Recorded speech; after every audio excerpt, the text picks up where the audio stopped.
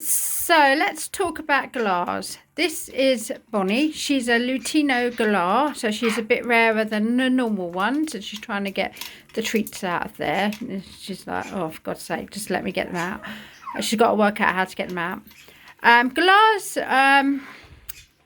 now, how can I explain what a galah is like? So basically, if you've got a cockatiel or you know about cockatiels, they're just like the bigger version of a cockatiel.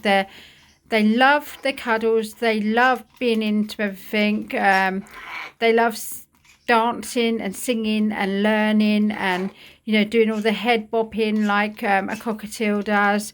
And yeah, and they're pretty much the same. They're very, they molt quite a lot. So if you've got asthma or something like that, this sort of bird isn't great for you. But they're lovely, they're friendly. I can't really say a lot of bad things about a galah. They just love everybody. So this is Bonnie, and she's managed to get her nut out. So this is Bonnie, and she just totally, absolutely loves everybody. Molly can talk. Not all galahs have the ability to talk. Well, they all have the ability, but some of them just never do. That's what like with any parrot. Some of them just never learn to talk. So if you're getting a parrot just for the talking ability, they don't all talk. So Bonnie, she does. She talks. She sings. She says, "I love you," and she's just lovely. And then I've got Humphrey. Humphrey's a girl, by the way, but with a boy's name because we didn't know at the time. And Humphrey is just a normal galah. As you can see, she's got grey on her wings instead of white. She's exactly the same as Bonnie. She loves her cuddles. She loves sitting with you. She loves dancing. She doesn't talk. She doesn't talk at all. So she is a galah that doesn't talk. So as I said, there is some that don't. And Humphrey is one of them. I don't care either way. She's beautiful, she's lovely, and I wouldn't have her any other way. So, and her facial expressions tell me sort of like what she wants, if you know what I mean. So yeah, I'd say a galah is just like a bigger version of a cockatiel. So obviously with a bigger beak as well.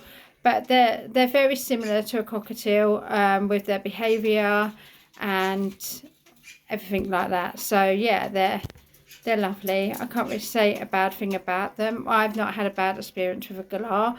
I mean, there might be some people that say they're horrible, but I don't think they're horrible. And they're just so loving, and they want to give you lots of cuddles, and they just want to sit with you all day long. I mean, a galah is part of the cockatoo family, but they're known to be more like cockatiels and not so needy, whereas a cockatoo is a very needy parrot, the white ones.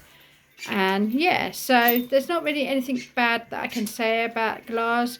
Obviously they're pink and grey, and if you've got a Bonnie like I have, they're pink and white. She's a Lutino one. What else can I say about them?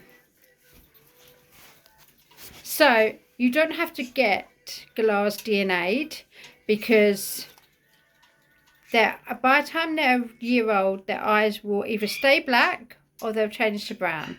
So Humphrey's is brown, and Bonnie's, I think, is... So because Bonnie's still a baby, she's still got her black eyes, but they will change. But because Bonnie's a different sort of breed, she's Lutino, her eyes will actually go red.